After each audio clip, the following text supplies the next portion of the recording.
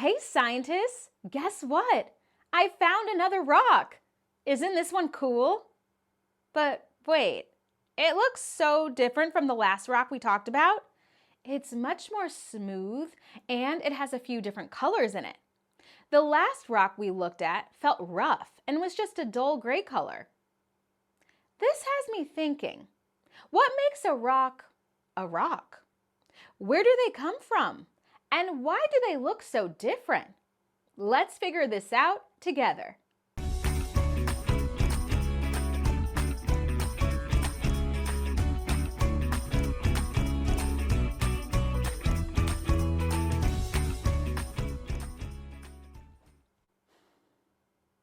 I found this book that might be able to help us. It's called The Story of Rocks. Maybe we can find some answers here.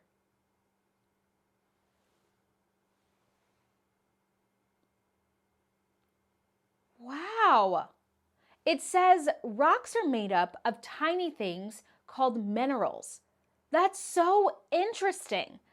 Let's keep reading and find out what else we can learn about rocks. Wait, what's happening? Whoa! Am I in the book? Look at all these rocks. I guess the book really wanted me to see how they're made up close. As I was saying, rocks are made of minerals. These minerals are what give rocks their beautiful colors, textures, and even sparkles. You can't always see them, but sometimes you can, like we can here.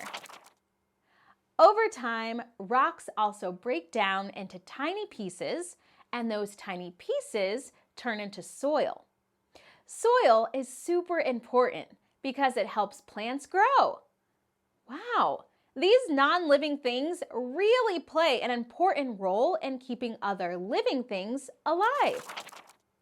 Rocks are also really important in our daily lives. People use them to build houses, roads, and even things like countertops and statues. Isn't it amazing how much we depend on rocks every day? But how are rocks made? Rocks might look very different from each other, but they all come from the same place, the Earth. There are different types of rocks, and each type is made in a special way. Whoa! Is that a volcano? Wow, some rocks must come from these. When the melted lava cools and hardens, it becomes a rock, like this one. I wonder what else is around here. Oh, that's a river! The water carries tiny pieces of sand, dirt, and even little rocks. Over time, these pieces can get squished together to form a whole new type of rock. Like this one. Look at all the sand and smaller rocks that have been pressed together to make one big rock. This type of rock can also have fossils inside them, like little imprints of plants or animals that lived a long time ago. Isn't that cool? Oh, wow! Look at these rocks. They're so smooth and flat, and they have stripes of color running through them. Isn't that amazing? These rocks didn't always look like this. A long time ago, they started out as different kinds of rocks. But over time, they were changed by heat and pressure from the earth. Like making pancakes. When you pour the batter into the pan, it's soft and liquid. But when the heat from the pan cooks it, it turns into a solid pancake. These rocks were changed in a similar way, by heat deep inside the earth and the pressure from all the layers of rock and dirt above them. Look at these. They're smooth and black. That's slate. But these kinds of rocks don't always look the same. They can also be bright and colorful, with all kinds of stripes and patterns. Isn't that cool? Wow! I think I'm starting to learn how amazing rocks really are. I've learned so much about them. Rocks can be made from cooled lava, from lots of tiny rocks and sand being squished together, and even transform under heat and pressure to become something totally different.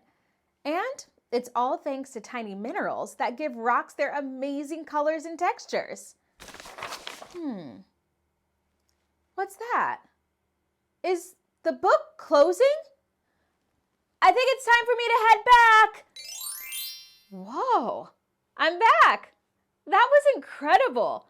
Now, where were we? Oh, right, the artwork. I think my next painting will be inspired by all of the wonderful rock forms, shapes, and colors we saw today. And here it is. Colorful layers inspired by all the different rocks and layers of the earth we saw today. And gold to represent the minerals that make up the rocks and soil. Until next time, keep creating, and I'll see you in the science studio. Hey.